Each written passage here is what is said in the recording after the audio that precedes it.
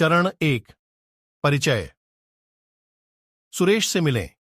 एक जिज्ञासु किशोर जिसे अपने आसपास की दुनिया की खोज करना पसंद है। एक दिन अपने घर के पिछवाड़े में बैठे हुए सुरेश आकाश की ओर देखता है और उन शक्तियों के बारे में सोचता है जो सब कुछ काम करती हैं। इससे ब्रह्मांड को नियंत्रित करने वाले मूलभूत कानूनों के अध्ययन, भौतिकी में उनकी रुचि बढ़ती है।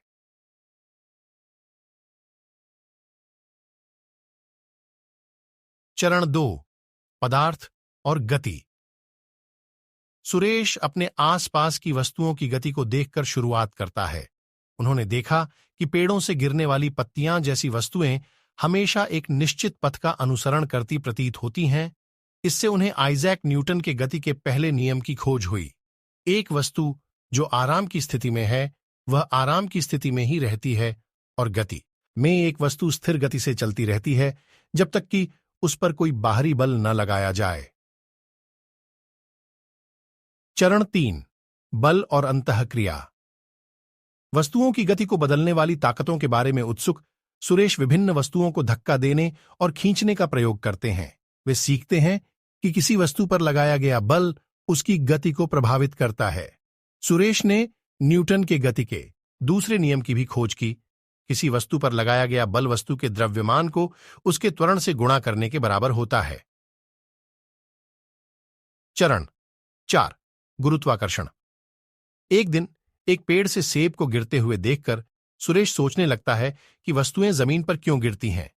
वे सीखते हैं कि यह गुरुत्वाकर्षण बल के कारण है, जो सभी द्रव्यमानों के बीच आकर्षण का एक मौलिक बल है। सुरेश को पता चला कि गुरुत्वाकर्षण बल की ताकत वस्तुओं के द्रव्यमान और उनके बीच की दूरी पर निर्भर करती है। चरण 5। ऊर्जा और कार्य। जैसे ही सुरेश अपनी खोज जारी रखता है, उन्हें पार्क में एक झूला दिखाई देता है। उन्हें एहसास होता है कि एक छोर को उठाने के लिए प्रयास की आवश्यकता होती है, लेकिन जैसे जैसे वे धुरी बिंदु के करीब आते हैं, यह आसान हो जाता है। यह उन्हें कार्य और ऊर्जा की अवधारणा की ओर ले जाता है। सुरेश को पता चलता है कि कार्य तब होता है जब किसी वस्तु पर बल लगाया जाता है और उसे एक निश्चित दूरी तक ले जाने का कारण बनता है।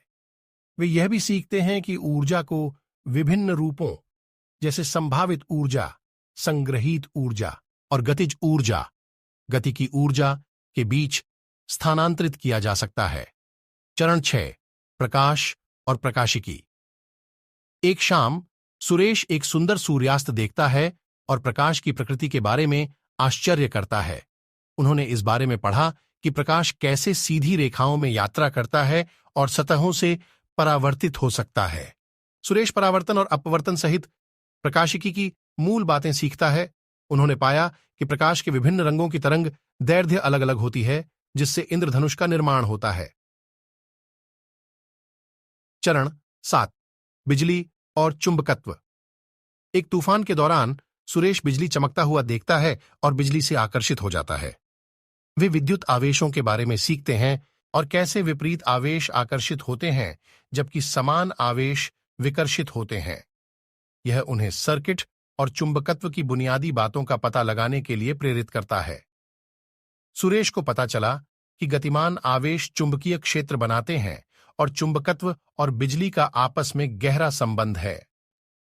चरण 8। निष्कर्ष। जैसे जैसे सुरेश की बुनियादी भौतिकी की यात्रा जारी रहती है, उन्हें एहसास होता है कि उनके आसपास की दुनिया इन मूलभूत सिद्धांतों द्वारा शासित होती है।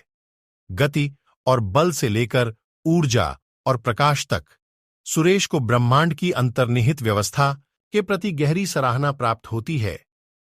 उनकी जिज्ञासा बढ़ती है और वे भौतिक दुनिया के रहस्यों में और भी गहराई तक जाने के लिए इंतजार नहीं कर सकते।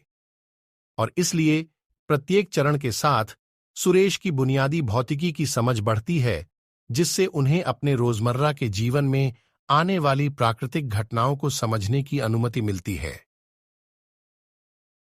दोस्तों, अगर आपको वीडियो पसंद आया तो लाइक कीजिए और शेयर कीजिए, और आप कमेंट में जरूर बताएं कि आपको नेक्स्ट वीडियो किस टॉपिक पर चाहिए। क्या ये हमें सीरीज कंटिन्यू रखना चाहिए?